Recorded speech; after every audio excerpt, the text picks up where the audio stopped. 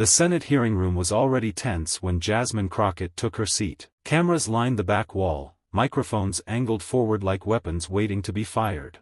At the other end of the table sat Senator Ted Cruz, leaning back in his chair with that familiar smirk, a man convinced he could control the room before it even began. His papers were stacked in front of him, pages marked with notes, ready to challenge her expertise. He was expecting a debate. What he got instead was a dismantling. Cruz opened with his signature mix of condescension and legal jargon, questioning her credibility before she'd spoken a single word. "Ms. Crockett," he said, drawing out each syllable, "perhaps you could clarify your understanding of the Constitution for us." It was meant as a jab. Jasmine didn't flinch. She leaned into the microphone, her voice steady but cutting. "Senator, I can do more than clarify it," she replied. "I can walk you through it, article by article, if you have the time." A few staffers shifted uncomfortably, they knew that tone. It was the tone of someone about to turn defense into offense. She didn't just answer his question, she broke it apart, reframing it so that suddenly he was the one on the stand. Every follow-up he tried only gave her another opening. The room began to shift. Cruz was no longer the prosecutor. Jasmine was the cross-examiner, and she was just getting started. Cruz's smirk faltered, but he tried to recover with volume. "You seem awfully confident, Congresswoman," he said, leaning forward now, "yet your voting record suggests you put ideology over law." He expected her to stumble, to defend herself from the accusation. Instead, Jasmine tilted her head, eyes locked on him like a trial lawyer zeroing in on a hostile witness. "Senator, when you say law, do you mean the Constitution, or your personal interpretation of it?" The question landed like a stone in still water, rippling through the chamber. Cruz hesitated, just long enough for the cameras to catch it. Jasmine pressed on. "Because my voting record aligns with constitutional principles, equal protection, due process, and the right of citizens to have their voices heard. If you have evidence otherwise, I'd like to see it, now." She gestured to the stack of papers in front of him, her tone calm but commanding. The shift was undeniable. She wasn't defending herself, she was interrogating him. Every time he tried to pivot, she dragged him back to the point, pinning him with questions he couldn't answer without revealing the contradictions in his own record. The hearing room was no longer neutral ground. It was her courtroom, and Ted Cruz was under oath whether he liked it or not. By now, Cruz's posture had changed.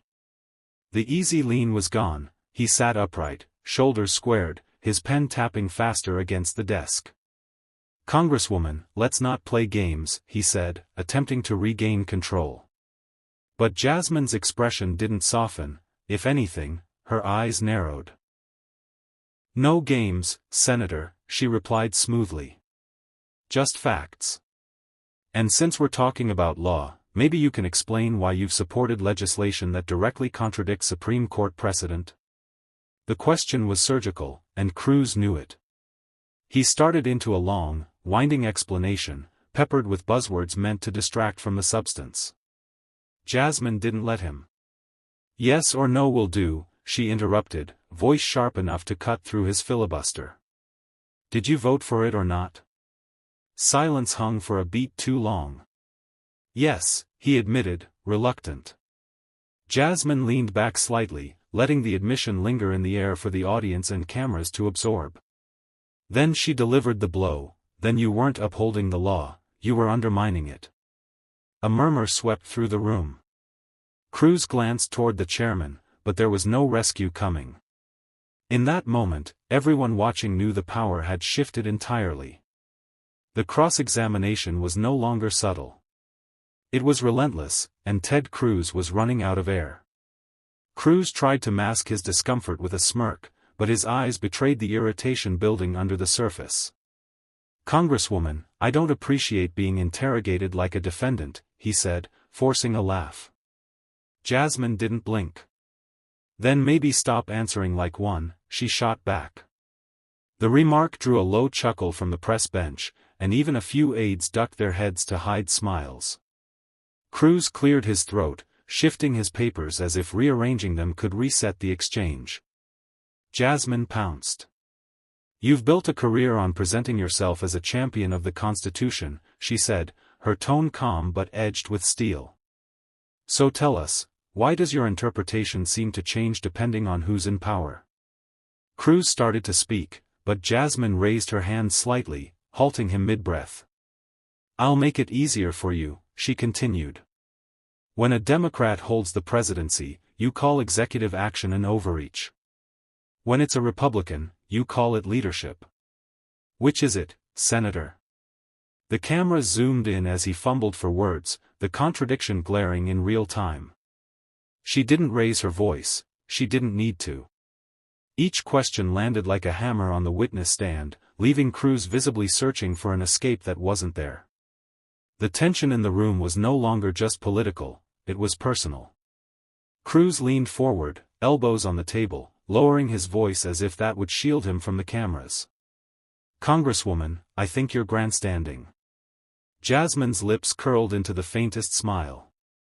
"No, Senator," she replied evenly, "I'm fact-finding. It just happens that the facts make you uncomfortable." The blow was quiet but devastating.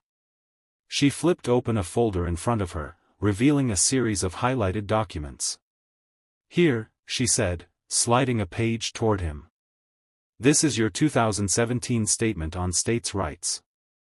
And here," she tapped another sheet, "is your 2021 statement, directly contradicting the first. Which one should the public believe?" Cruz glanced at the papers but didn't touch them, as though contact might confirm their authenticity. "Context matters," he muttered. Jasmine didn't miss a beat. "Yes, Senator. And the context here is that you speak the language of the law when it suits you, and abandon it when it doesn't." A faint gasp rippled through the audience. Cruz's jaw tightened, but he didn't move. Jasmine held his gaze for a long moment, the way a prosecutor might lock eyes with a witness who's just been caught lying.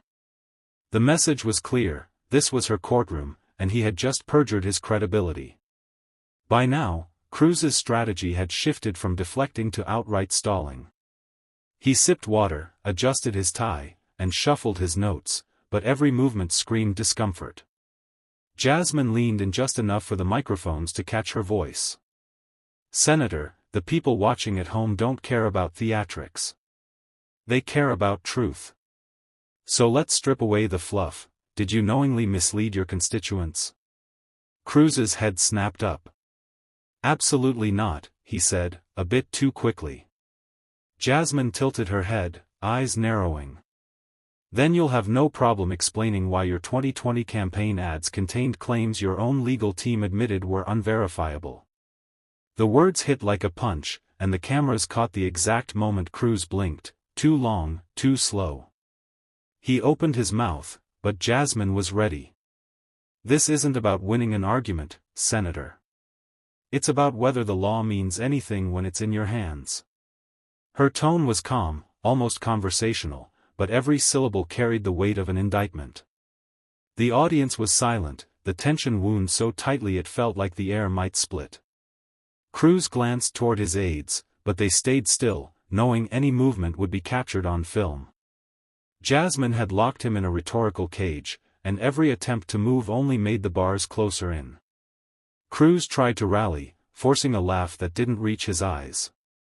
"Congresswoman, you're twisting my record." Jasmine didn't even look at her notes, she didn't need to. "Your record twists itself, Senator. I'm just reading it aloud." The room erupted in a low murmur, and the C-SPAN camera panned in closer.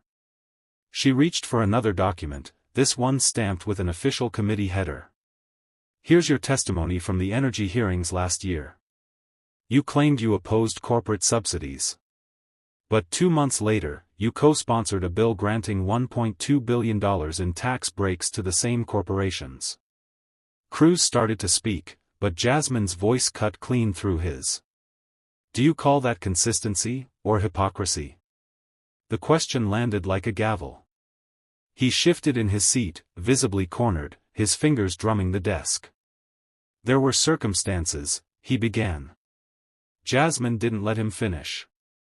The only circumstance here is accountability, Senator. And the fact that you avoid it like it's contagious. The press gallery caught every flicker of his expression, from irritation to unease. She wasn't just winning the exchange, she was rewriting the narrative, turning Cruz from a political heavyweight into a witness under oath, with every viewer at home acting as the jury. By now, Cruz's confident facade was cracking. His trademark smirk had faded into a thin line, and his responses were shrinking into defensive half-sentences. Jasmine leaned back slightly, giving him space, not out of mercy, but to let the silence underline his every hesitation. "Senator," she began, her tone measured, "the people didn't send us here to perform for cameras. They sent us to protect their interests. And every time you've been faced with that choice, your record shows you protected someone else's." Cruz's brow furrowed. "That's not fair, it's not fair to the people of Texas," Jasmine interrupted, her voice sharpening, "that their senator prioritizes lobbyists over lives." She slid a final page across the table, a donor list, highlighted in yellow, connected directly to the legislation he defended moments earlier. The audience caught the flicker in his eyes, the recognition, the calculation, the quiet panic. "This," Jasmine continued, tapping the list, "is why your words ring hollow. And it's why this conversation isn't ending until the truth is on record." Cruz didn't answer. He just stared at the page, the camera capturing every second of his silence. Jasmine had turned the hearing into a cross-examination, and Cruz was running out of lifelines. Cruz shifted in his chair, the leather squeaking loud enough for the microphones to catch.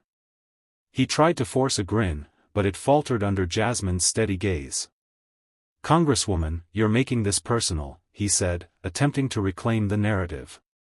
Jasmine didn't blink. "Senator, when your votes affect millions of lives, it is personal. To every family who can't afford healthcare because of your policies, it's personal.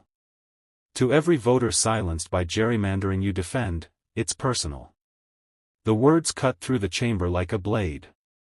She leaned forward, elbows on the table, speaking low enough that Cruz had to lean in to hear, but the microphones carried every syllable. "You hide behind procedure, but the truth is you've built a career on avoiding the hard questions. Well, consider this your deposition." Cruz opened his mouth, then closed it, realizing anything he said would only tighten the trap she'd set. The room was still, save for the rapid clicking of reporters' keyboards. Jasmine glanced at the chair, then back to Cruz. "So, Senator, for the record, will you finally admit you put politics before people?" The pause that followed was the longest of the day, and it wasn't because Jasmine had lost control. It was because Cruz had. The pause stretched until it became its own statement. Cruz's jaw tightened, but the words never came. Cameras zoomed in, catching the faint flush on his face, the way his fingers gripped the edge of the desk like he was holding on for balance. Jasmine straightened in her seat, letting the moment breathe before delivering the final blow. "Let the record reflect," she said, her voice clear and deliberate, that the senator had no answer. A ripple moved through the audience, first a murmur, then scattered applause, quickly shushed by the chair. Cruz shuffled his papers, eyes down, avoiding Jasmine's gaze. She gathered her documents with calm precision, the way a litigator closes a case they know they've won. "We can disagree on policy, Senator," she added, rising to her feet, "but we can't disagree on facts. And today, the facts won." The gavel struck, signaling the end of the exchange, but the room was still buzzing. Reporters rushed to the hallways, already composing headlines. Cruz had entered the hearing expecting to control the narrative. Instead, Jasmine Crockett had taken the mic, the floor, and the momentum, leaving him cornered in his own arena, under the weight of a cross-examination he never saw coming. Today wasn't about scoring political points, it was about holding power accountable. Senator Cruz came armed with talking points, but the truth doesn't bend for a soundbite. "I showed up for the people who expect us to fight for them, not for corporate donors or political theater. And if standing my ground makes some uncomfortable, then maybe they should ask themselves why the truth feels like an attack. Because I'm not here to protect egos, I'm here to protect the public. And that fight? It's far from over.